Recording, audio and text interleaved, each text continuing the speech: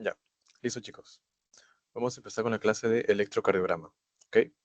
Esta clase es muy importante. El electrocardiograma va a ser algo que ustedes van a ver a lo largo de toda su carrera. Y principalmente lo que ustedes tienen que saber es cómo interpretarlo. Su primer paso para esto va a ser entender qué significa cada, digamos, signo o variable que van a ir viendo en la clase. ¿Ok? Y ya en algún momento van a ver ustedes cuáles son las patologías, las enfermedades que felizmente se pueden ver reflejadas en el EKG y por eso podemos entender eh, qué siguiente medida tomar. ¿Ok? Entonces, partiendo de eso, ¿qué es el electrocardiograma? Es un proceso, digamos que es una máquina que permite ver diferentes procesos eléctricos del corazón. Nosotros sabemos por las clases pasadas que el corazón pasa por diferentes, digamos, procesos de despolarización, de contracción, de repolarización, etcétera. Y estos se pueden ver reflejados por diferentes ingresos y egresos iónicos, lo que de una u otra forma altera la conductividad eléctrica y por ende se puede ver reflejado en una máquina que entienda estos alteraciones eléctricas y las pueda ver reflejadas o las pueda representar con ondas. Y es por eso que en el EKG vemos diferentes ondas. Ahora vamos a ver cómo son cada uno. ¿Ok? Entonces, sabemos que el corazón tiene un proceso rítmico, se despolariza y luego se repolariza en las aurículas y en los ventrículos, cada uno con su orden. Recordemos que todo empieza en la aurícula derecha, luego se va a la aurícula izquierda, luego el ventrículo izquierdo, luego el ventrículo derecho. Todo este proceso, todo este paso del estímulo eléctrico se puede ver reflejado en el EKG. ¿Ok? Eh, Como datos más generales, el EKG se basa en el galvanómetro, que es, digamos que, la máquina inicial del que parte todo este conocimiento. ¿Cómo funciona? Es una aguja que se mueve y está graficando en un campo magnético sobre un papel milimetrado que avanza a 25 milímetros por segundo. Esta es una pregunta muy importante y que siempre se la van a preguntar.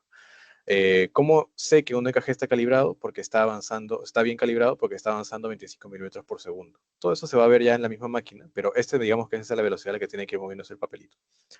Para que la aguja se mueva tiene que haber una diferencia de cargas, y esto es a lo que me voy a detener. Digamos que la aguja se mueve respondiendo a la diferencia de cargas. Es decir, que si no hay una diferencia de cargas, se da una línea, digamos, continua que va a estar estática, no se va a mover, porque no hay una diferencia de cargas. ¿En dónde hay una diferencia de cargas? En la despolarización, por ejemplo.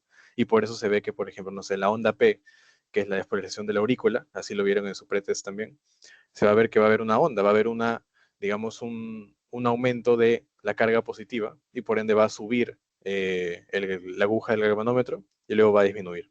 Toda esa diferencia de cargas que se dio es porque precisamente lo que hace es que la aguja se mueve respondiendo a la diferencia de cargas y por eso se ve reflejada la onda P como una ondita, digamos, como una elevación y una disminución después. Y aquí lo vemos todo, digamos, interpretado, ¿no? La onda P es la despolarización de las aurículas. Es la actividad eléctrica que obliga a la aurícula a contraerse. Lo vemos acá. Acá abajo a la derecha, vemos que esa primera onda P, esto de acá, aquí también a la izquierda, la onda P, la primerita de todas, la onda P, es la activación de la aurícula. Porque nosotros sabemos que durante todo el ciclo cardíaco y toda la, digamos que la conducción del estímulo eléctrico, todo empieza con la aurícula contrayéndose o despolarizándose para que continúe con los demás segmentos, ¿no? Yo les mencioné que primero aurícula derecha, aurícula izquierda y luego los ventrículos. Ok. Esta primera parte que es la activación de las aurículas se ve como la onda P. Listo. Ahora, si hay una despolarización de las aurículas, lo lógico sería pensar que también hay una repolarización de las aurículas, ¿no? Pero dentro del EKG eso no se puede ver muy claramente. O sea, si hay una onda T, la onda T significa repolarización. Si hay una onda T que refleja a la repolarización de las aurículas, pero no se puede ver claramente. ¿Por qué no se ve claramente? Porque está tapada por el complejo QRS. Lo vemos acá. El complejo QR sucede a la vez que la repolarización de las aurículas, pero tiene un mayor voltaje. Es por ello que se va a ver más. O sea, mientras más voltaje tenga, mayor, digamos, prioridad va a tener para verse en el EKG. Entonces, como la onda T tiene un menor voltaje que todo el complejo QRS, que ahorita vamos a ver qué significa, entonces no se va a ver claramente. Entonces, si les preguntan, por ejemplo, eh, tengo un EKG y no se ve la onda T auricular, ¿pienso que es patológico? La respuesta es no. No es patológico, no es algo de lo que preocuparse, porque y les explican a quien les haya preguntado, no es patológico o no tiene nada de malo, porque la onda T es posible o siempre tiende a estar oculta por el complejo QRS que tiene mayor voltaje. O sea que el hecho que no se ve no significa que no esté sucediendo, sino que simplemente está siendo, digamos, priorizada la observación del complejo QRS. Ahora, ¿qué es el complejo QRS y por qué tiene tanto voltaje? Porque es la despolarización de los ventrículos, ¿ok? Es como el proceso en el que todos los ventrículos se van a despolarizar. Como los ventrículos para despolarizarse son, digamos, un poco más complejos que las aurículas, porque tienen unas paredes más gruesas, porque tienen mucho mayor tamaño, etcétera, va a tener una diferenciación en 3 puntos distintos. A diferencia de que las aurículas solo se despolarizan en un punto, que es la onda P, el complejo QRS, como es más grande, las paredes son más grandes también, o sea, son más anchas, su activación o su despolarización va a ser en 3 momentos distintos. O sea, digamos que en 3 esfuerzos diferentes. Por eso tenemos un complejo QRS. Q en un inicio, luego la R y luego la S, que luego vamos a ver qué significa cada uno. Pero esta es la base que necesito que tenga. Entonces, hasta ahora que tenemos, onda P es la despolarización de las aurículas, y el complejo QRS va a ser la despolarización de los ventrículos. Onda T auricular existe, sí, pero está tapada ¿por quién? Por el complejo QRS porque tiene mayor voltaje. ¿Está mal que no se vea? No. ¿Okay? Ahora, si tenemos una segunda onda T, que es la onda T así a secas, se le puede decir también onda T ventricular, pero básicamente esta sí es la repolarización, pero de los ventrículos, que sí se va a ver y se encuentra a este nivel. ¿Ok? Esta de acá es la repolarización ventricular. Entre 0,25 a 0,35 segundos después de la despolarización. Otro dato importante, el complejo QRS dura de 0,06 a 0,10 segundos, ¿ok? ¿Para qué sirve esto? Porque hay, por ejemplo, ya lo van a ver más adelante, pero ¿de qué sirve saber cuánto vale? Porque, por ejemplo, en bloqueos auriculoventriculares o en alteraciones del ritmo de la conducción eléctrica, puede ser que este tiempo aumente, ¿no? Porque digamos que no sé, hay un bloqueo eléctrico que no permite que se contraiga todo a la vez, entonces dura más tiempo. Esto ahora no es motivo de la clase, pero sí lo van a ver más adelante y por eso significa tanto saber cuánto vale, ¿no? Por ejemplo, también hay alteraciones en el ritmo desde la onda P hasta el complejo QRS. A eso se le llama el segmento PR, ¿ok? También una buena pregunta. Si les dicen, ¿cuál es el espacio entre el comienzo de la onda P y el complejo QRS? Intervalo o segmento PR. O PQ también se le puede decir. Este intervalo es lo que demora pasar a través del nódulo auriculoventricular y suele durar de 0,12 a 0,20. ¿Ok? Ese dato, por ejemplo, ¿en qué situación se puede alterar? Hay síndromes de preexcitación, ¿ok? Preexcitación, en donde el QRS se activa demasiado antes. ¿Ok? Esto, por ejemplo, se ve en el síndrome de Wolff-Parkinson-White. Lo van a ver más adelante en fisiopatología probablemente, pero otro dato importante, ¿no? Entonces, por eso, básicamente sirve saber cuánto vale. ¿Qué sí les pueden preguntar? ¿Cuánto tiempo demora cada uno? Principalmente el intervalo PR 0,2 a 0,20 y el complejo QRS de 0,6 a 0,10 segundos. ¿Okay? Ese es el dato, pero yo les explico por qué es importante saberlo. No es simplemente que digamos que es un dato de cultura general o es para saberlo por si acaso, no. Ya más adelante van a haber patologías en las que estos aumentan o disminuyen y es importante saberlo. ¿Okay? Luego, segmento ST. El segmento ST es un periodo isoeléctrico. Yo les mencioné que si una línea no se mueve, como el segmento ST, que es este espacio entre el final de la S y la T, este espacio ven una línea que está, digamos, sin movimiento. No sé si mi mouse lo puede ver ahí. Ese espacio donde no hay una elevación ni disminución de la línea es un segmento, es un periodo isoeléctrico porque la electricidad no cambia. Iso de igual, electricidad igual.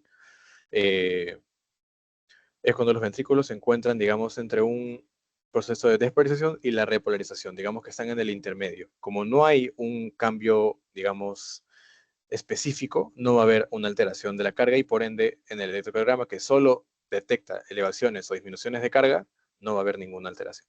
¿Ok? Entonces, ¿qué datos importantes tenemos hasta ahora para refrescar? El EKG lo que detecta son cambios en la carga. Si hay aumento de carga, si hay disminución de carga, ¿quién lo detecta? El EKG. ¿Ok? No es por ejemplo, no sé qué, si les preguntan, ¿detecta gradientes iónicas o detecta contracciones directamente? No. O sea, el EKG lo que detecta es si aumenta o disminuye una carga o si hay una diferencia de cargas. ¿Ok? Mientras hay una diferencia de cargas, va a aumentar o va a disminuir la línea que se ve reflejada. ¿Ok? Otro dato, onda P, onda T auricular, complejo QRS, onda T, todos esos son muy importantes. ¿Qué significa cada uno? Son mínimo 2 preguntas de ese examen, creo yo. O sea, es algo bien básico que sepan y siempre tienen que salir sabiendo qué significa cada onda. cuánto duran las más importantes, como por ejemplo el intervalo PR y el complejo QRS, cuánto duran, y lo de abajo que tenemos acá.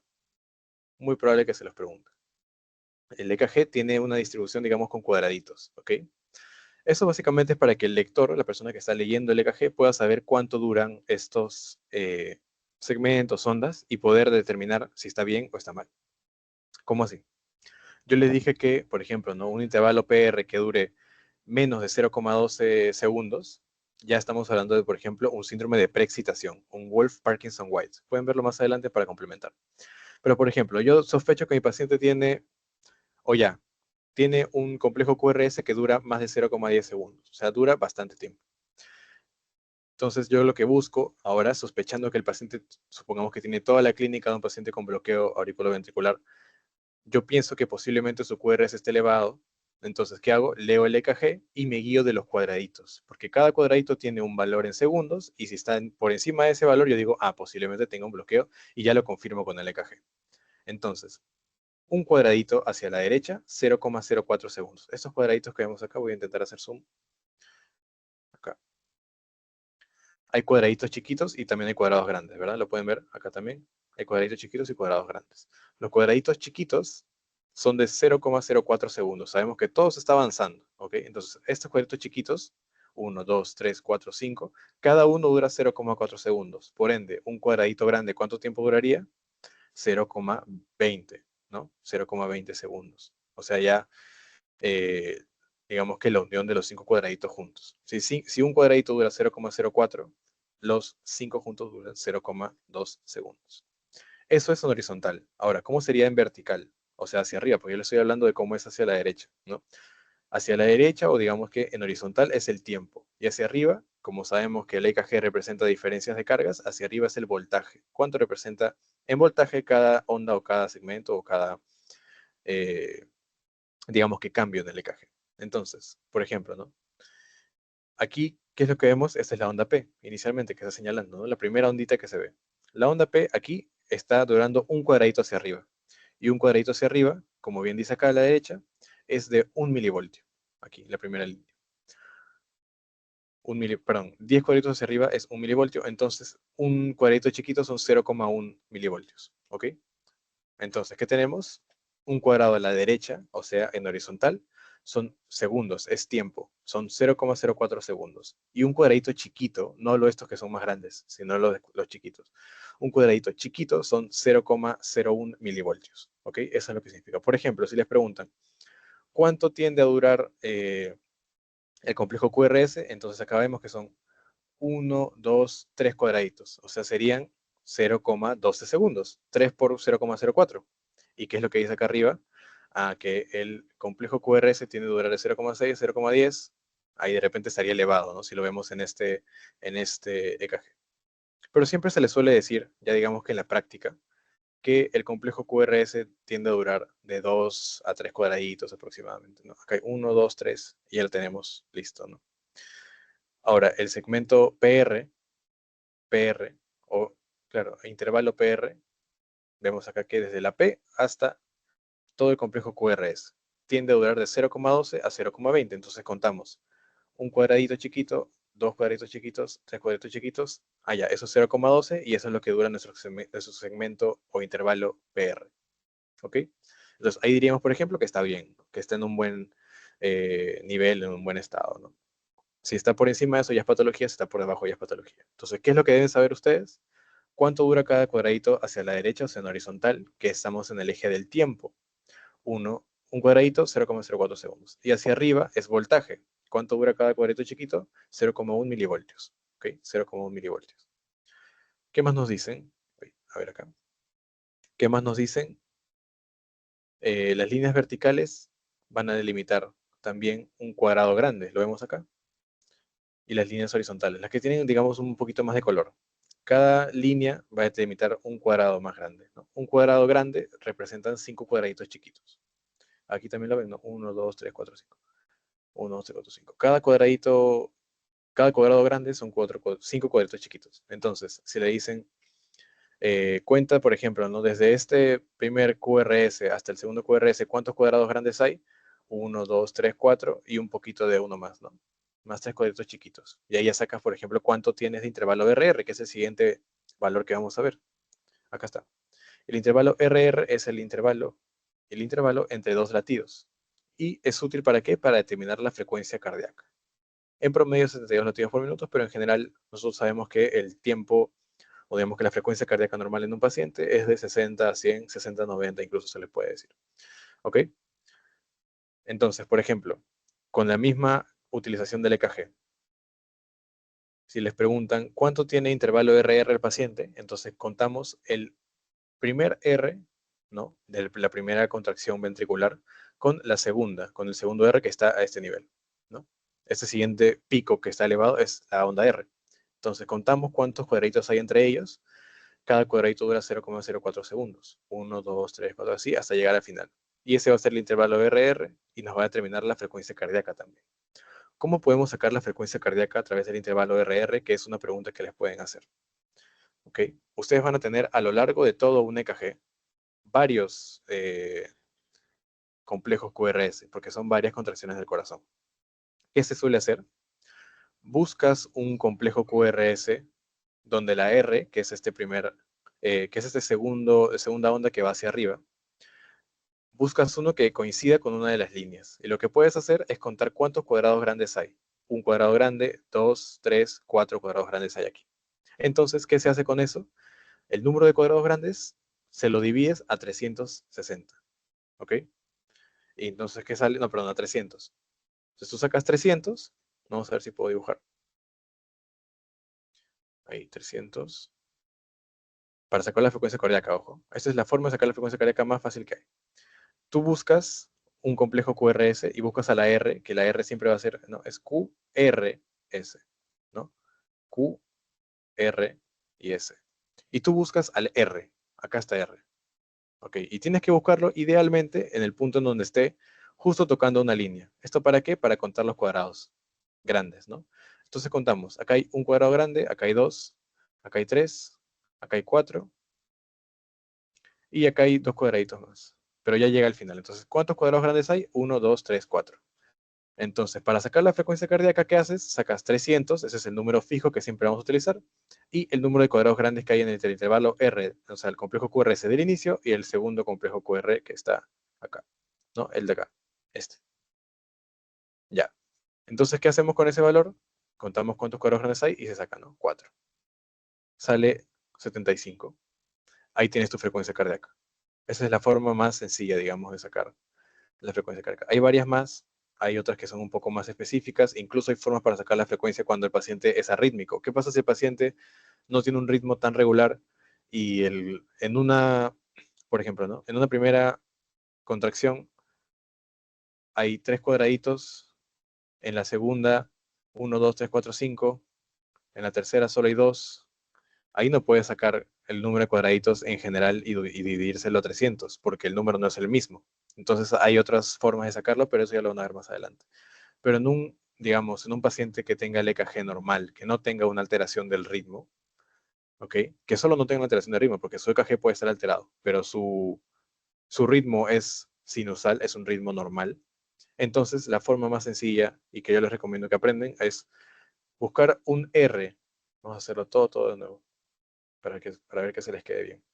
Buscar un R que coincida con una línea, para de ahí sacar, allá, a partir de aquí voy a contar las cuadraditos grandes y contamos cada cuadrado grande. Un cuadrado grande, dos cuadrados grandes, tres cuadrados grandes, cuatro cuadrados grandes.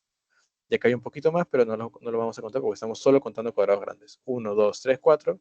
Se lo dividimos a 300 y sacamos que la frecuencia cardíaca es de 75. ¿Ok? Esa es una forma, la forma más sencilla para sacar. ¿Ok?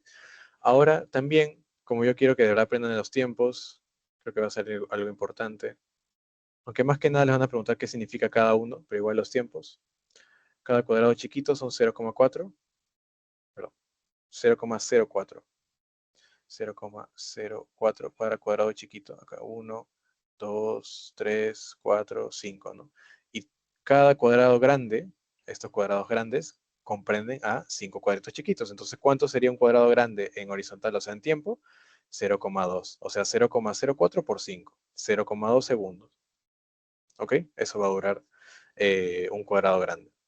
Y hacia arriba, vamos a utilizar acá abajo, hacia arriba, un cuadrado hacia arriba son 0,1 milivoltios. Un cuadrado grande serían 0,5 milivoltios. Y un cuadrado de dos cuadrados grandes, o sea, 10, ¿no? 1, 2, 3, 4, 5, 6, 7, 8, 9, 10, ya. 10 sería ahí recién un milivoltio. Todo esto sería un milivoltio. ¿Ok? Esos son los valores que tenemos para utilizar. Y ahora me gustaría que respondan. Yo les voy a señalar una de las ondas y ustedes me van a decir a qué representa. ¿Ok?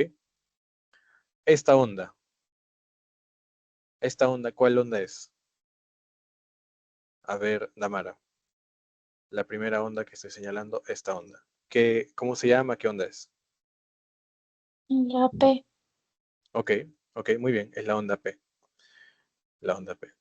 ¿Y qué representa la onda P, Adamari? Despolarización auricular. Ok, perfecto, perfecto. Siguiente. ¿Cómo se llama este complejo? Adriano, si puede responder por el chat.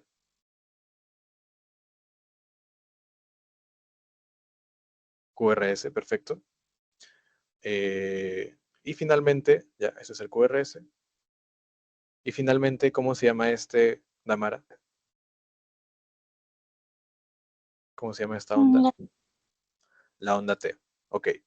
Y ahora, para recordar, P, despolarización auricular, QRS de despolarización ventricular y la onda T es la repolarización ventricular. Ahora, existe una repolarización auricular, pero no se puede ver.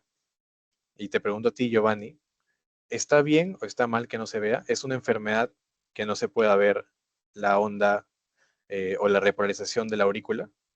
¿O puede ser algo fisiológico y es normal? Giovanni se escapó. Ya bueno, cualquiera. La onda o la repolarización auricular es a lo que siempre se tiene que ver o puede no verse y estar bien el paciente. Puede no verse y estar bien el paciente. Claro, ajá. Como mencionan, opaca o es opacada por el complejo QRS, puede estar como puede no estar y no hay ningún problema. ¿Ok? Porque está opacada porque el complejo QRS tiene mucho mayor voltaje. Listo, ya. Ahora ya, con esto ya pueden leer o entender al menos qué son las líneas que vamos a ver en el EKG. ¿Ok? Todo bien. Vamos a seguir avanzando. Ya. Esta es básicamente la teoría o qué está detrás de un EKG, ¿no? Básicamente, cuál es el marco teórico. Como a mí me gusta un poco más que ustedes entiendan la parte de leerlo y saber entenderlo, que es, digamos, lo más importante y lo que en verdad le va a servir, necesito que ustedes sepan cuál es la base, no la base teórica. Básicamente todo parte de lo que habíamos visto en las clases pasadas, ¿no? Recordemos que había un potencial transmembrana, que la membrana era quien decía quién pasaba y quién no pasaba, y básicamente determinaba cuál era la capacidad eléctrica que hay. Ahora, eh, sabemos que la membrana era selectiva. Sabemos que una de las principales capacidades de la membrana era tener una selectividad sobre qué pasaba y qué no entraba y por ende determinar cuál era la diferencia de cargas entre el extra y el intracelular. En un estado de reposo va a haber más cargas en el extracelular que en el intracelular. Entonces, ¿cómo se le considera que en el extracelular hay 90 milivoltios más que en el intra, que es de menos 90? ¿Ok? Entonces, afuera hay más carga que en el interior. En el potencial transmembrana, que es básicamente, como les mencioné, esa teoría o esa propiedad de la membrana que nos permite elegir, que permite que la membrana elija o sea selectiva con qué ingresa y qué sale, permite que entonces afuera haya más carga y adentro haya menos carga y que eso sea lo normal. ¿Qué se hace digamos que con el EKG o cuál es su función? Los electrodos exploradores, es decir, digamos que quienes van a determinar el potencial eléctrico, van a localizarse en el extracelular, solo en el extracelular. Y digamos que de una u otra forma van a interpretar qué es lo que está adentro, ¿ok? O sea que una pregunta que les pueden hacer. El electrodo explorador, o sea, la herramienta básicamente que se utiliza para determinar la carga, ¿está en el intra y en el extracelular? No. Solo está en el extracelular y de esa forma infiere que hay en el intracelular. ¿Ok? Pero no están en ambos, solo están en el extracelular y de esa forma detecta que puede haber adentro. ¿Ok? Ya. Y aquí está la célula en reposo. En este estado, por ejemplo, no hay una alteración entre las cargas, entonces nuestro electrodo que va a estar en el A no va a haber una diferencia. Pero, por ejemplo, si hay un electrodo que está detectando lo que hay en el extracelular y ve que hay una diferencia con el intracelular, va a elevarse la onda. Se va a ver elevado porque detectamos diferencia de cargas. ¿Qué detecta el EKG? Diferencia de cargas. Si les preguntan, el EKG detecta contracción, detecta los ventrículos moviéndose, detecta el ingreso de lactina o la contracción mediante el complejo actina-miocina, no. Lo que detecta el EKG es diferencia de cargas. ¿Okay? Entonces, básicamente lo que nos intenta explicar, y para no hacerlo muy complicado, es que básicamente va a detectar una diferencia de cargas entre el extra y el intracelular. ¿Y quién es el que nos dice que va a haber una diferencia de cargas? El potencial transmembrana o la capacidad selectiva de la membrana para decir quiénes entran, quiénes salen, qué carga va a haber adentro, qué carga va a haber afuera. ¿Okay? En una despolarización, ¿ok? En una despolarización, nosotros sabemos que va a ingresar sodio y va a salir eh, potasio, ¿no? Pero inicialmente va a ingresar sodio. Cuando ingresa sodio del extracelular, ¿qué es lo que vemos aquí? Ingresa el sodio ocupa su espacio en el intra, y en el espacio en donde solía estar el sodio inicialmente, ahora ya no va a haber sodio. Entonces va a ser una carga un poco más negativa. ¿Qué detecta el EKG? ¿O qué detecta la diferencia de carga? Que en el extracelular está un espacio vacío donde solía estar el sodio, pero ya no está, y el resto está positivo. Entonces, esa diferencia de cargas es la que va a decir, ah, ya, estamos elevando el EKG. No sé si lo entienden bien. Lo que yo me refiero es que, digamos que solo interpretando lo de afuera, es que el EKG puede decir si hay eh, diferencia de cargas y si hay un aumento o disminución de cargas. Porque no estamos viendo lo que hay adentro. Supongamos que el EKG solo ve hasta aquí, hasta aquí. ¿Qué es lo que está viendo el EKG? ¿O qué está interpretando? Que ya no hay un sodio y ya no hay una carga positiva, y en el resto de espacios sí hay una carga positiva. Entonces, ¿cómo se interpreta esto? Que en algún momento ese sodio que estaba en el extracelular ha ingresado al intracelular. ¿Y cómo se referencia a eso? Como una diferencia de cargas en el extracelular, porque en el espacio donde solía estar el sodio ya no hay nada. Entonces ahora es negativo. Entonces, ¿cómo se ve? Como que está eh, un espacio negativo y un espacio positivo. ¿Qué significa eso? Diferencia de cargas. ¿Cómo se ve una diferencia de cargas en el EKG? Con una onda elevándose, como vemos acá a la derecha. ¿Ok? Entonces, ¿cuál es la base? El EKG solo entiende extracelular. Y mediante la diferencia de cargas en el extracelular, producto de que ha ingresado al intracelular, ahí puede inferir que ha habido una diferencia de cargas, que ha habido una despolarización, por ende se eleva esta primera onda. ¿Ok? Esa primera onda sería entonces nuestra onda P. ¿Ok? Y aquí lo mismo con la despolarización, continúa avanzando, por eso sigue subiendo. Ahora hay un espacio más disminuido, ¿no? Ahora hay un negativo más porque sigue ingresando el sodio. Aquí sigue ingresando el sodio, entonces ¿qué tenemos? Que hay más negativos, hay otro positivo, esa diferencia de carga sigue viéndose reflejada como una elevación. Y cuando finalmente hay una despolarización total, ya acabó la despolarización, todo el extracelular tiene negativos, entonces ¿cómo se ve reflejado? Normal, como una línea que no avanza, que no se mueve, una línea isoeléctrica. ¿Por qué una línea isoeléctrica? Porque ya no hay diferencia de cargas en el extracelular. Todo ingresado. Así sea todo negativo, todo ingresa, entonces todo está en su sitio y el EKG solo detecta diferencias de cargas. Entonces, como todo está igual, todo vuelve a la línea normal. Eso sería el final de la despolarización. Por eso, al final, está la línea, vuelve a bajar. Vuelve a bajar al inicio porque ya no tenemos, digamos, una diferencia de cargas que nos diga elévate o disminuye. ¿Okay? Eso está claro. Entonces, hasta aquí, ¿a dónde estamos? Tenemos una línea normal, inicia la despolarización. ¿Y qué significa aquí? Que lo que está detectando el electrodo es que hay una diferencia de cargas. Hay un positivo y hay un negativo. Entonces, ¿qué va a hacer? Va a empezar a elevarse porque hay una diferencia de cargas y una flecha hacia la derecha. Recordemos, una flecha hacia la derecha determina que va a elevarse. Más adelante vamos a ver otra situación en la que va a disminuirse. Pero aquí vemos esta flecha está hacia la derecha, porque hay inicialmente negativos que van ingresando, perdón, positivos que van ingresando y se queda negativo, porque el espacio en el que estaba el sodio ahora ya no hay nada, entonces va a quedarse negativo. Y eso se ve como una línea que va a elevarse. La línea se eleva. Ahora, ¿qué pasa cuando ya han ingresado todos? Lo vemos acá abajo. Ya han ingresado todos esos iones positivos, o sea, el sodio, y afuera solo queda nada, porque ya no están. Queda mayormente lo que es negativo. Entonces, como ya no hay diferencia, ya no hay diferencia. Acá arriba hay una diferencia, por ejemplo. Hay un negativo y hay un positivo. Y está hacia la derecha, entonces va a subir, ¿no? Pero acá no hay una diferencia, todos son iguales. Entonces, ¿qué hace el electrodo o qué detecta el EKG? Como no hay diferencia de cargas, entonces regresa al estado normal, vuelve a bajar, lo vemos acá, ¿no? Aquí lo ven, ya, vuelve a bajar y vuelve al estado normal. Esto es una despolarización, ¿ok? Solo detecta diferencias de cargas. Siguiente. Ahora, cuando se repolariza, ¿qué pasa? Empieza a salir el potasio. Sabemos que para repolarizar entró el sodio y ahora sale el potasio para no mantener para mantener un equilibrio de cargas, ¿no? Sale el potasio.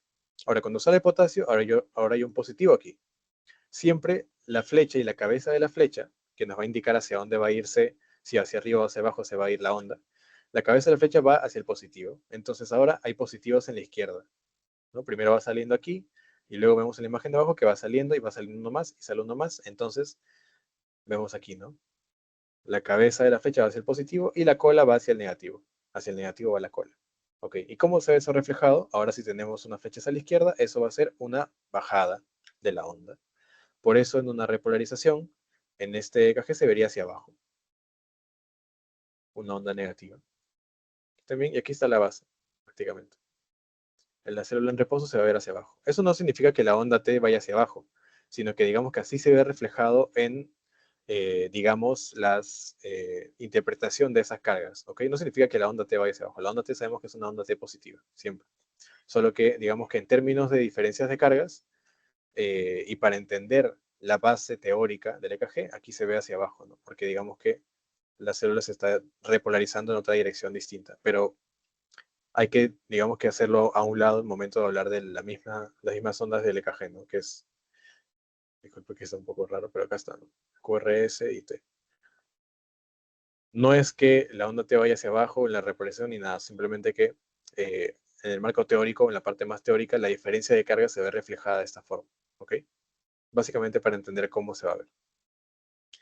Listo. Ahora, sistema eléctrico del corazón, un concepto que ustedes ya lo saben. Vamos a recuperarlo de nuevo. Vamos a repetirlo.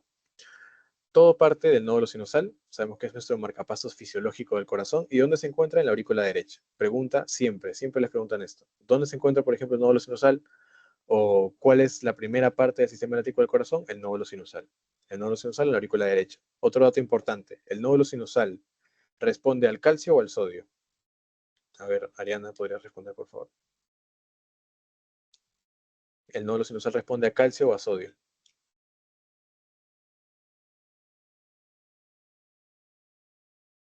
O Damara o Adriano.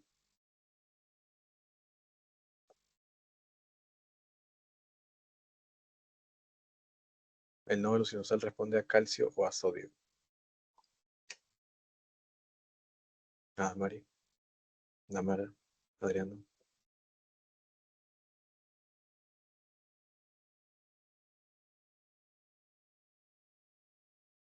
No pasa nada Al, si se so- equivoca. Al al sodio. sodio. Sí, sí, sí. Adamari lo dijo ya. Bien, bien, bien, Adamari, sí.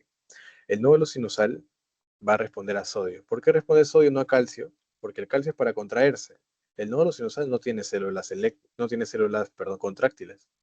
El nódulo sinusal es meramente digamos que, una parte del sistema eléctrico del corazón, por ende sus células van a responder a estímulos eléctricos más no contráctiles, ¿ok? Entonces, si ingresa calcio no tendría nada que hacer porque no se contrae. Este simplemente responde a estímulos eléctricos y determina cuándo y en qué ritmo se va a contraer el resto del corazón. Vamos a decir, se va a estimular eléctricamente el corazón. Pero se contrae, no se contrae. Entonces, ¿responde a calcio? No responde a calcio. Responde meramente al sodio. Al sodio. ¿Por qué? Porque como les mencioné, no se contrae, no tiene células contráctiles, lo que tiene son células para estimular eléctricamente el resto del corazón y determinar cuándo va a darse el estímulo y el ritmo del mismo. ¿Ok?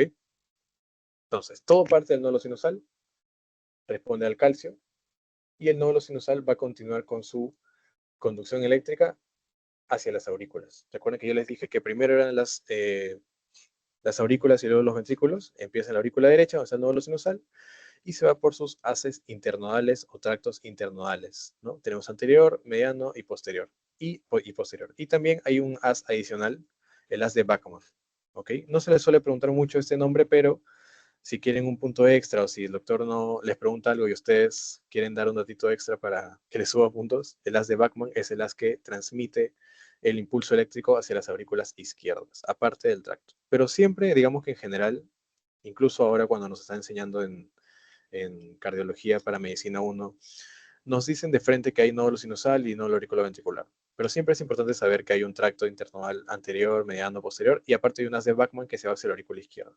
Ahora, esta primera, digamos, difusión o este primer paso del estímulo entre entre el nódulo sinusal y el nódulo auriculoventricular que está abajo es por, digamos, una forma facilitada, o es una difusión facilitada, digamos, no es directo, ¿ok?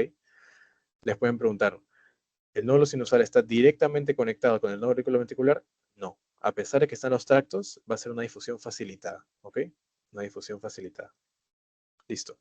Ahora, supongamos que ya llegó el estímulo a través de todos los tractos y llega al nódulo auriculoventricular. Esta es nuestra siguiente parada, ¿no? Es, digamos, que lo que diferencia o lo que divide las aurículas de los ventrículos. Acá está. Se va hacia las aurículas y luego se va al nódulo auriculoventricular. Capta las informaciones de las aurículas y la lleva a los ventrículos. Esa es pregunta también de parcial. Muchas veces les preguntan cuál es digamos que el nódulo que conecta las aurículas con los ventrículos o cuál es eh, el componente del sistema eléctrico del corazón que se encarga de llevar el, eh, el estímulo desde, por ejemplo, la aurícula al ventrículo, nódulo auriculoventricular. Así de simple se llama, no tiene otro nombre. Nódulo auriculoventricular. Nodo AB también le pueden poner de repente para confundirlos. AB, así, nodo AB, que es lo mismo, ¿no? Aurículo ventricular. Y finalmente tenemos el haz de His. Este es el nódulo auriculoventricular y para irse hacia el lado izquierdo y derecho se va por el haz de His, que tiene sus ramas, su rama derecha y su rama izquierda. Esa es la rama izquierda y esa es la rama derecha. Se va por la rama izquierda, rama derecha y finalmente se va a la red de Purkinje, que son una especie de, ¿no? Una red, acá también, digamos que son las elongaciones finales, ¿no? Para donde se va a ir finalmente el estímulo eléctrico. Acá también. Esas son las fibras de Purkinje. Purkinje. Ahí está. Ya. Las fibras de Purkinje para finalmente. Entonces, ¿cuál es el sistema eléctrico del corazón? Información importante y que para siempre tienen que saber. Todo inicia en el nódulo sinusal, se va hacia el nódulo auriculoventricular. Pueden o no mencionar lo de los tractos, no importa. O sea, no es que no importe, sino que no sé si les preguntarán específicamente lo de los tractos. Pero sí, en general, parte del nódulo sinusal, nódulo auriculoventricular, rama izquierda y rama derecha. Y de la rama izquierda y la rama derecha salen las fibras de Purkinje. Y así es como se va todo el estímulo eléctrico a través del corazón. Listo. Repitiendo de nuevo, recordemos que lo que evalúa el EKG es la actividad extracelular y por medio de ella, digamos que infiere lo que hay en el intracelular. ¿Ok? Nunca se ve el intracelular. Se ve la actividad del extracelular meramente. Ahora, otro dato importante. ¿Ok? Para entender, digamos, eh, el EKG, ¿ok? El EKG va a responder a diferentes derivadas. Digamos que hay diferentes localizaciones a partir de las cuales vamos a ver al corazón, ¿ok? Porque digamos que con un solo EKG o una sola localización para ver el corazón, no vamos a ver la totalidad del mismo. Por ejemplo, ¿no? Yo coloco el EKG solo en este lado estaría ignorando lo que se ve del lado opuesto, ¿no? En la imagen de acá arriba a la derecha. Entonces, yo que necesito que mi EKG comprenda todas las ubicaciones posibles para ver el corazón de todos los lados.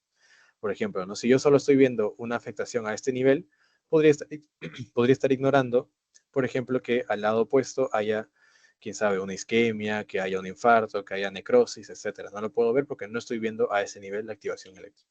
Entonces, ¿qué se utiliza para eso? Diferentes derivadas, veámoslo como localizaciones o digamos que puntos de vista para ver el corazón. Hay un montón, son 12. Y con esto permitimos ver el corazón de manera íntegra, de manera completa. ¿Ok?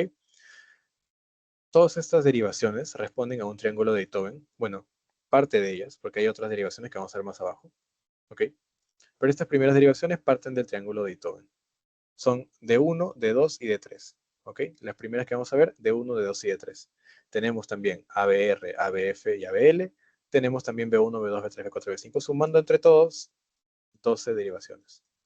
¿Ya? Vamos a empezar con las primeras. Son 12 derivaciones y aquí arriba nada más tenemos D1, así se llama, D1, D2 y D3. ¿Ok? D1, D2 y D3. Voy a ver si puedo encontrar esa imagen donde estén todas las derivadas.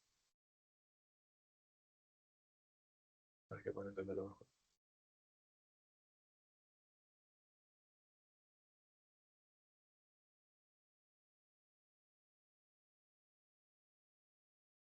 Ya está.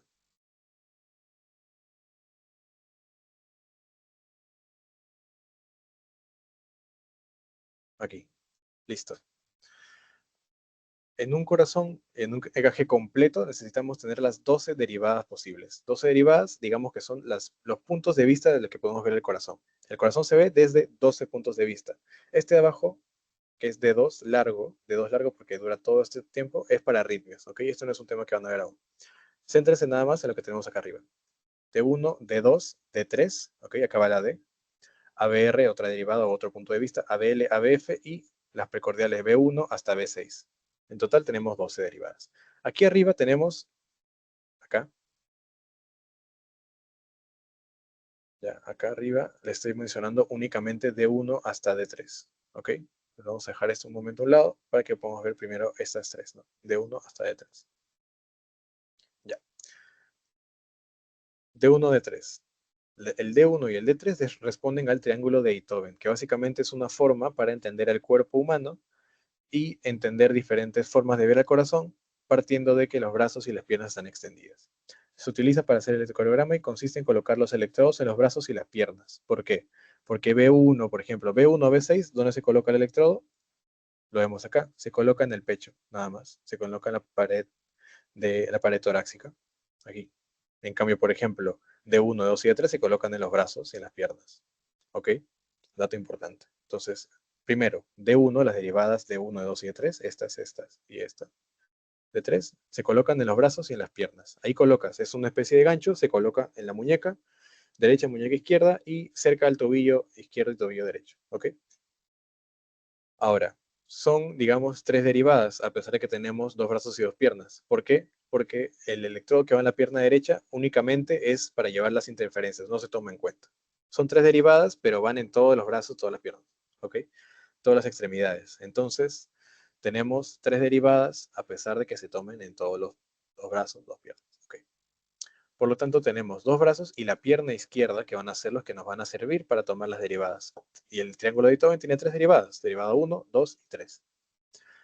¿Qué nos dice la ley de Einthoven? Vamos a verlo más adelante, ¿ok?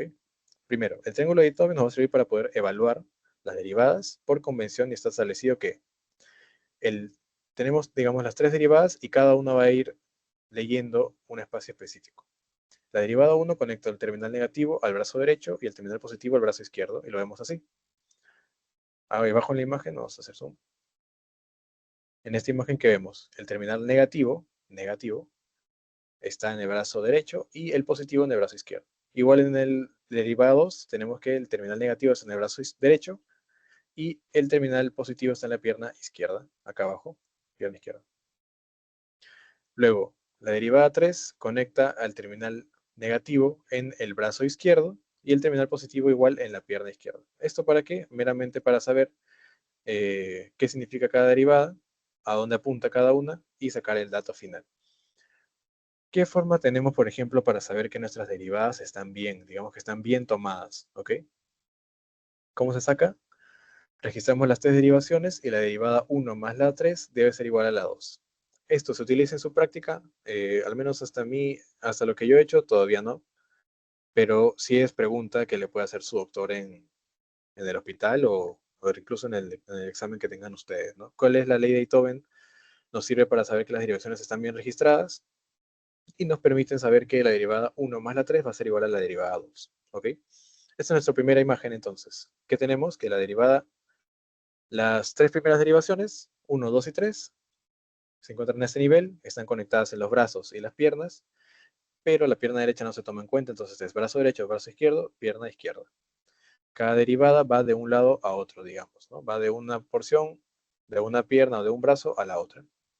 Y así es como sacamos las primeras derivadas. Y a partir de ese nivel es que se lee esos lados o esos, digamos, puntos de vista del corazón. Vamos a borrarnos esta imagen y vamos a usarla en la siguiente. Tenemos las derivaciones precordiales. Ahora, las precordiales están en el precordio. ¿Qué es el precordio? Es esta zona que está a nivel del pecho. Entonces, por eso se llaman precordiales. Las precordiales van desde B1 hasta B6. B1, B2, B3, B4, B5 y B6. Son 6 derivaciones estándar del tórax, desde la pared torácica anterior, de modo que el electrodo se coloca secuencialmente en los 6 puntos del diagrama. Ahora, tienen una ubicación específica, no se va a localizar, digamos, de manera, digamos, espontánea. Tienen un punto específico en el que colocarse. Como no se les ha hecho énfasis, yo les recomendaría que no se lo aprendan porque son 6 puntos específicos. Y ya cuando ustedes toman el EKG, van a tener que aprendérselo. Pero por ahora, les recomiendo que solo si tienen la curiosidad puedan buscarlo. Pero no les recomiendo todavía que se lo aprendan del todo si es que no se los van a tomar porque sí pueden confundirles un poco. ¿Ok? Pero siempre es bueno saber para qué sirve y qué significa cada uno, ¿no? Y lo vamos a ver acá. Ahora, está el orden así. Voy a ver si le puedo hacer un poco de zoom. Ya. Aquí tenemos B1, no sé muy bien igual. B1, B2, B3, B4, B5 y B6. Desde el medio hacia, digamos, hacia la axila, ¿no? Desde el esternón hacia la axila. B1 y B2 siempre van a ser negativos, ¿ok? Todas las ondas, digamos, van a verse negativas. Por ejemplo, aquí en B1 y en B2, la onda P va a estar negativa. Onda P negativa y el complejo QRS negativo. Vemos acá claramente, ¿no? El Q está positivo cuando siempre suele estar negativo. El R va a estar notoriamente negativo, igual aquí, ¿no? En el B2. Van a ser negativos porque está más cerca la base del corazón que de la punta. Está más cerca la base del corazón, entonces su forma de ver esta flechita que ya les mencioné, que la flechita sí va a ser positivo, pero la flechita hacia la derecha sí va al positivo, etcétera, en donde se eleva o disminuye, su forma de verlo va a ser, digamos, desde otro punto de vista, entonces para ellos es como si estuviera yéndose hacia abajo, ¿ok? Todo esto es meramente cuestión de puntos de vista de percepción de cómo estos electrodos ven al corazón. Pero eso nos explica por qué B1 y B2 son negativos. En cambio, B5, B4 y B6, los registros son positivos porque están más cerca de la punta del corazón. ¿Ok? Entonces, desde ese punto de vista, desde donde lo están viendo, van a ver que hay más, digamos, tendencia que sea positiva la onda, ¿no? Recordemos que el corazón tiene una forma un poco rara de verse, porque la base es lo que está arriba, ¿no? Base, y la punta es la parte del final, ¿no? Esa es la punta del corazón. Entonces, considerando esta lógica, en B1 y en B2 están cerca la base. Aquí está B1, aquí está B2. Y B4, B5 y B6 van a apuntar un poquito más a la punta del corazón. Entonces, si vemos el estímulo eléctrico desde este punto de vista, acá está nuestro ojito o nuestro electrodo, vemos este punto de vista, vamos a ver que como si estuviera subiendo, ¿no? Y por eso se ve positivo. ¿Qué pasa si lo vemos de este punto de vista? Estaremos viendo como si está bajando, ¿ok? Y por eso en B1 y en B2 se ve negativo, la onda se ve negativa. En cambio, en este punto la onda se ve positiva. Eso básicamente es para que lo entiendan. ¿Ok? Así a grandes rasgos. Entonces, por eso, en un EKG van a ver en B1 y en B2 que va a estar negativo la QRS. ¿Qué les pueden preguntar? Paciente viene con su EKG y te muestra lo siguiente. Y les muestran un complejo, le ven un complejo QRS negativo en B1 y en B2. Acá. Ahí. Acá. Estamos en B1 y en B2 y ven que tiene un complejo negativo. Por ejemplo, acá en B2. ¿No? En B2 vemos que está negativo, vemos que hay una línea hacia abajo, bien marcada. Acá, acá. Les muestran esto y les preguntan, ¿resulta patológico que el complejo QRS esté negativo? ¿Es indicativo, por ejemplo, de infarto o de isquemia? Ustedes van a responder, no, porque B2, el registro de las ondas va a ser negativo porque está más cerca hacia la base del corazón. Esa puede ser su respuesta, por ejemplo. Ok. Ahora, hay otras derivaciones adicionales, que son las derivaciones ampliadas de las extremidades. ¿Ok? Hay dos extremidades que se conectan al terminal negativo y una tercera al terminal positivo. E igualmente, como las derivaciones anteriores, D1, D2 y D3 también van a las extremidades. ¿Ok? Van a las extremidades. ¿Y cuáles son? ABL, ABF y ABR. Y los tenemos acá. ABR también, otro dato muy importante, ABR también se va a ver negativo. ¿Ok? Porque su ubicación también es particular, es distinta. ¿Siempre se va a ver negativo? Sí, va a tender a verse negativo. Entonces, ¿qué buscas? En un ABR, en un B1 y en B2, que las ondas estén negativas. Esa es una pregunta, siempre va a aparecer. Siempre, siempre. Si no es ahora, en el futuro de su carrera siempre va a aparecer esa pregunta. ¿Cómo sabemos, por ejemplo, que un EKG está bien tomado? La onda P se va a ver negativa en B1, en B2 y ABR. B1, B2 y ABR. Ay, si es que se ve, ¿no? Si es que se ve, logra ver la onda P, se va a ver negativa en ABR. Negativa. ¿Está mal que se vea negativa? No, porque es desde ese punto de vista en el que el corazón o en el que los electrodos ven al corazón. ¿Ok? No está mal. ¿Y cómo se vería la onda P positiva en qué lugares? En el resto. Siempre suele decirse D1, se suele decir D2 y ABF. ABF. D1. Ahí está. Y D2. Entonces, por ejemplo, les preguntan, ¿cuál de las siguientes afirmaciones es para un EKG bien tomado con una onda P correcta, digamos? Y le dicen, onda P en positiva en D1, D2, ABF. Onda P positiva en B1, B2, ABR, esa está mal. La onda P tiene que ser negativa en B1, B2 y ABR, porque son derivaciones, o son, claro, derivaciones en lo que se va a ver negativo todo. Y la onda P se va a ver positiva en D1, D2 y ABF. Eso siempre se le suele decir. ¿Ok? También en las demás, en B5, B3, B4, B5, B6, también se suele ver la onda P positiva. Pero la teoría es esa, ¿no? Especialmente, onda P negativa se va a ver en ABR. ¿Ok? Especialmente. Si les preguntan en cuál de las siguientes la onda P se ve negativa y le dan varias opciones, ABR es la principal. Siempre, ABR. ¿Ok? Listo. Aquí tenemos un poquito más de cómo se despolariza, quizás las derivadas. Aquí cómo se ve la despolarización, por qué se eleva, por qué se disminuye, eso es lo que ya les he explicado. A lo que quería ir yo ahora, ya que ya sabemos qué es la onda P, qué es la onda Q, el complejo QRS y todo ese tema, quiero que vean eh, esta parte. Muy interesante porque era una pregunta que yo les hice antes. ¿Por qué el complejo QRS es un complejo y por qué no es una simple onda P, por ejemplo, de la despolarización auricular, que solo es una simple onda? Porque el complejo QRS y las ondas, digamos que los ventrículos son tan, digamos, complejos, amplios o paredes son tan grandes que necesitan tres puntos distintos para despolarizarse en su total, en su completo, ¿no? Entonces el complejo Q, R y S comprende a tres vectores. Se le dice vectores de despolarización. Tres puntos en los que se va a despolarizar para conseguir finalmente la despolarización total. ¿Ok? ¿Y qué nos dice la introducción? Una vez que ya pasó el nódulo auriculoventricular, que sabemos que es lo que conecta el estímulo eléctrico que viene de las aurículas a los ventrículos, se genera el segmento R. El estímulo avanza a través de las de His y a través de toda la red de Purkinje para activar las paredes del ventrículo. Eso es meramente lo que les mencioné antes, el sistema de conducción. El ventrículo es de paredes gruesas, importante este dato. El ventrículo es de paredes gruesas, la aurícula tiene paredes muy delgadas y la despolarización avanza en capa y no avanza a través de toda la pared porque es muy delgada. Digamos que en las aurículas lo que nos quiere decir esta oración es que en las aurículas la despolarización es más sencilla porque las paredes son delgadas. Entonces digamos que llega toda la vez, es en capa. No a través de toda la pared una por una, sino es en capa porque es delgada. Pero en el ventrículo la despolarización es a través de cada parte de la pared, una por una. ¿Okay? Por eso son tres diferentes vectores, tres diferentes puntos en los que se va a despolarizar, porque el ventrículo tiene paredes gruesas. ¿Por qué no aparecen las aurículas? Porque son de paredes delgadas. Listo. Son tres vectores de despolarización. Primer vector, el vector septal. Primer vector, vector septal. ¿Por qué septal? Porque nosotros sabemos que primero, del nódulo auriculoventricular, vemos acá en la imagen. Vamos a hacer un dibujito del corazón acá para tenerlo más cerca. Más cerca. Acá. Ya, acá.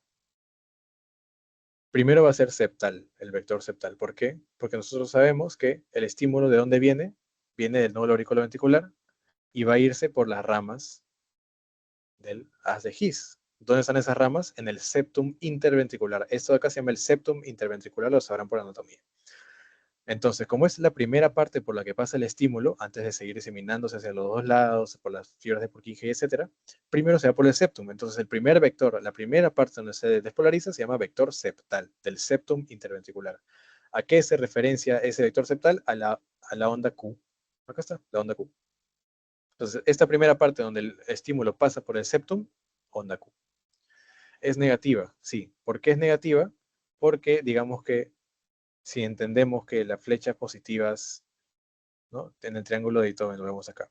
En su triángulo de Beethoven, sabemos que el positivo está acá y el negativo está acá, por lo que vimos antes. Vemos que, digamos que la despolarización va a ir desde la derecha hacia la izquierda, así. Esa va a ser, digamos que la forma o la configuración en la que se va a ir despolarizando el corazón. Entonces, como va hacia la izquierda, ya les mencioné que si la cabeza va hacia el negativo, va a disminuir la onda. Entonces la onda baja y se ve acá reflejado, ¿no? Por eso la primera parte, como la dirección de la despolarización es de derecha a izquierda, la cabecita va, o sea, hacia la izquierda, ¿no? Es negativo, entonces va a bajar, se disminuye la onda. Siguiente, el vector de paredes libres, segundo nombre. El AR es de paredes libres, donde ya se va a las paredes, precisamente es lo que nos quiere decir. Se va hacia las paredes, se va hacia las paredes. Ahora, ¿cómo se ve reflejado ahora? El R.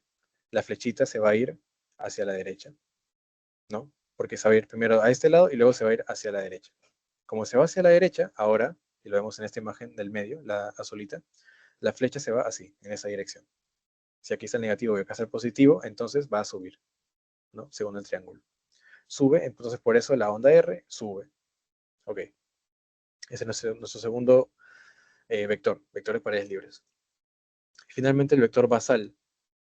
Se dice vector basal porque ya se ha despolarizado todo el corazón y solo falta la parte basal. Digamos que basal o digamos que la que se acerca a la base. Recuerden que yo les dije que el corazón, acá está el corazón a muy grandes rasgos, y aquí está la base y la punta es lo de abajo. Entonces, como la última parte en despolarizarse es esta zona de acá, la flechita va a ir así, ¿verdad? La que se va hacia la base, ¿no? Un poquito más dirigida hacia la base, debajo de la válvula mitral, incluso les mencionan, o sea, más hacia arriba. Digamos que arriba está la base, ¿no? Entonces, la despolarización va a ser, y la flechita se va a ver desde la derecha a izquierda, porque el corazón está inclinado levemente, ¿verdad? Entonces va a ser de derecha a izquierda. ¿Cómo saber en nuestro triángulo? Esta flechita, así. Acá hay positivo, acá hay negativo, y como está negativo, ¿qué hace la onda? ¿Sube o baja? La onda baja. Por eso, la siguiente parte, y lo vemos acá a la derecha, es nuestra onda S, que es negativa. Es negativa porque es el vector basal. Entonces, en resumen, ya, si pueden tomar el screenshot, igual tienen la clase grabada. Ahí está. En resumen, la última parte que es, o bueno, ya cada una, vamos a hacerlo todo en general. Este es el complejo QRS. Complejo QRS. Tenemos tres vectores de despolarización. Vectores. ¿Por qué son tres vectores de despolarización? Porque son paredes gruesas. Entonces necesita tres puntos distintos para poder despolarizarse. Primer vector, la onda Q. La onda Q, ¿qué representa o cómo se llama? El vector septal. Septal. ¿Por qué septal? Porque tiene que pasar por el septum interventricular. El septum interventricular es la primera parte por la que pasa el estímulo. Y como el estímulo va desde la de izquierda hacia derecha, o sea, acá el positivo, acá está el negativo, derecha a izquierda, ¿no? Perdón, de izquierda a derecha, acá. Entonces va a irse hacia el negativo, se va hacia el negativo. Entonces, vamos a ver que va a bajar, baja, acá está, va a bajar la onda. Siguiente, vector de paredes libres. El vector de paredes libres, como lo vemos acá en la imagen de abajo, ya, acá en la imagen de abajo, vamos a ver que va a irse de derecha a izquierda, donde está el positivo. Digamos que el corazón se ve al revés, ¿no? Vemos desde el frente. El corazón se ve, si yo les digo derecha a izquierda, considerando que esta es la derecha porque el corazón, digamos que se ve de frente, estaría invirtiéndose, ¿no? Derecha a izquierda. Y la izquierda está el positivo, la flecha va en esa dirección, entonces se eleva. Y por eso en nuestra onda R se va a ver hacia arriba. Vector de paredes libres. Y finalmente el último vector, ¿cómo se llamaba? Vector basal. Basal.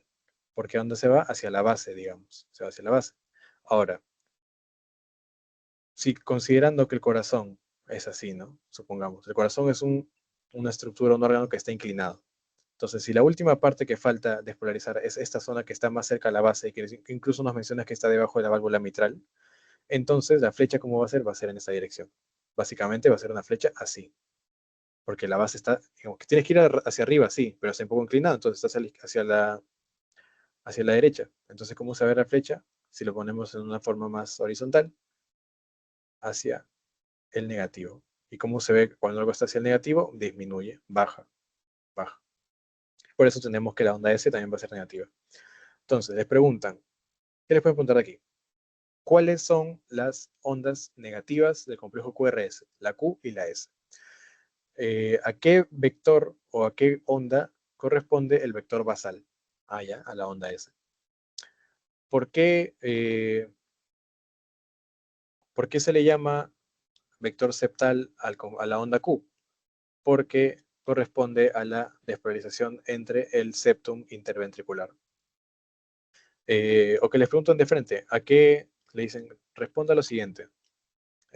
¿Cuál es el vector al que corresponde cada onda? Vector septal, vector de paredes libres, vector basal. Entonces responden, allá, vector septal corresponde a la onda Q, vector de paredes libres corresponde a la onda R, vector basal corresponde a la onda S. Listo. Esta sería la siguiente parte, la repolarización ventricular. Todo se repolariza, va en este orden. Como vemos que primero se va a ir repolarizando la zona de la izquierda, entonces vamos a tener positivo en la izquierda, negativo en la derecha. La flecha va a estar así, entonces cuando la flecha apunta hacia el positivo, sabemos que esto va a subir, por eso la onda T se ve positiva. ¿Ok? Otro dato importante, hay un espacio entre el complejo QRS y la onda T, que se llama el segmento ST. El segmento ST, acá está. El espacio entre el QRS y la onda T se llama complejo o segmento ST, perdón, segmento ST. ¿De qué nos sirve saber el segmento ST? Porque el segmento ST se altera mucho en lo que son los infartos. Digamos que al momento de tipificar un infarto, ya lo verán más adelante, pero un infarto, digamos que el apellido que le tienes que poner al infarto, le pones infarto agudo de miocardio con segmento ST elevado o segmento ST disminuido. Tú viene un paciente con un infarto, ¿no? Tiene toda la clínica de un infarto que ya verán más adelante, pero se los adelanto.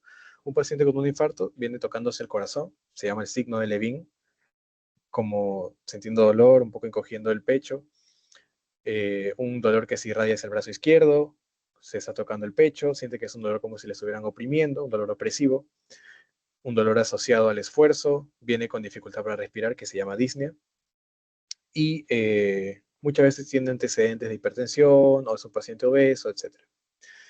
Viendo un paciente así, tú crees que es un infarto, por todas las características del dolor que les he mencionado, ¿no? Dolor opresivo, dolor en el pecho, irradiado hacia el brazo, un paciente con antecedente de hipertensión, el dolor empeora al esfuerzo, viene con dificultad para respirar y nosotros creemos o sospechamos que puede ser un infarto. Ese dolor se llama angina. Ojo, ese dolor que he dicho con todas esas características se llama angina de pecho.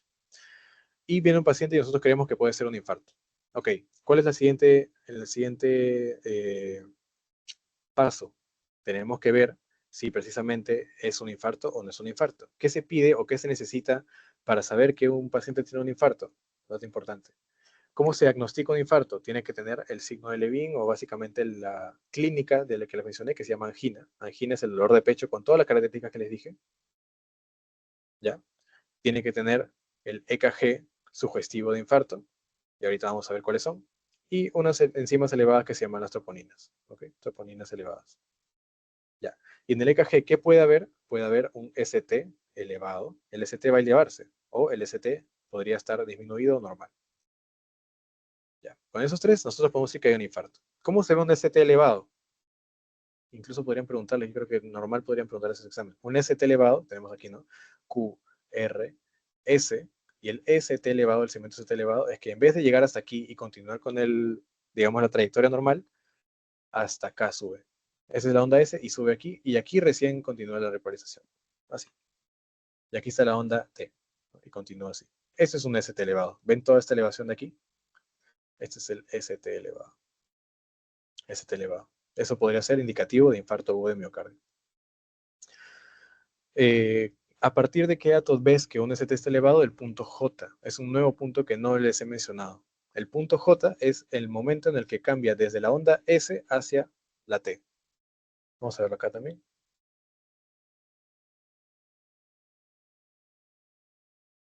No sé si lo he apuntado por acá. Acá está el punto J. Acá abajo a la derecha se ve. Digamos que es el final de la onda S hasta el inicio del segmento ST. En un infarto de miocardio, el punto J, en vez de empezar acá, que es lo normal, empieza un poquito más arriba, como les mencioné acá. El punto J, ahí acá.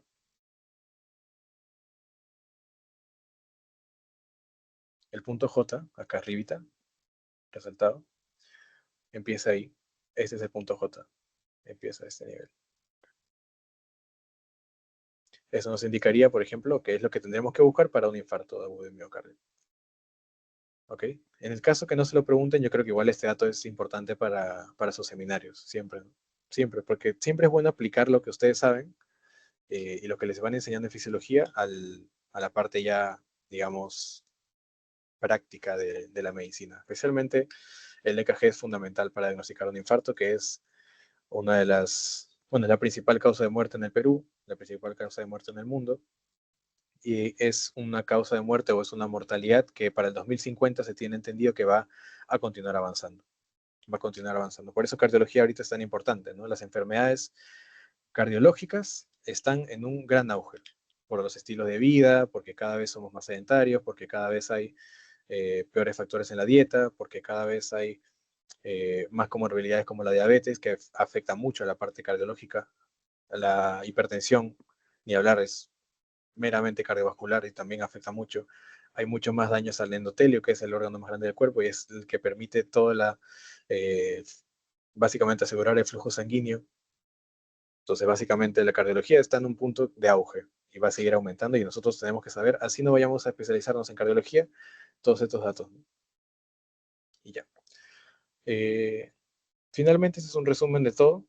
Igual yo les voy a mandar el PPT, pero aquí está básicamente qué significa cada uno, dónde están, cómo se ve en la imagen, el punto J, que es un nuevo punto que les estoy mencionando, importante para que vayan sabiéndolo, eh, y básicamente qué representa cada uno. Eso sería todo. Y aquí otra información importante, ¿por qué? Y esto relacionándolo con el tema anterior, ¿no? ¿Por qué la onda P se da, por ejemplo, ¿no? Antes de que se contraiga la aurícula? ¿Por qué el complejo QRS se da antes de que se contraiga el ventrículo? ¿Por qué la onda T se da antes de que empiece la relajación? Porque la actividad eléctrica precede a la mecánica. Recuerden que yo les mencioné que los fenómenos eh, que se daban en el corazón tenían un orden. Recuerden que había un fenómeno eléctrico, luego había un fenómeno mecánico, luego había un fenómeno sonoro, había un fenómeno también hemodinámico, ok. Y todo era en un orden, ¿recuerdan? Eso básicamente es lo que se aplica aquí. En el electrocardiograma lo que vamos a ver no necesariamente es la contracción de la aurícula o la contracción del ventrículo. Lo que vamos a ver es la orden de despolarización o orden de repolarización, porque todo tiene precisamente eso, un orden. ¿Ok? Entonces, lo normal sería que no sea exactamente al mismo tiempo. La onda P se va a dar antes de que se contraiga la aurícula. El complejo QRS antes de que se contraiga el ventrículo, porque todo tiene un orden. Los fenómenos tienen uno, digamos que una jerarquía o un momento en el que se da uno antes del otro. Listo, chicos. A ver.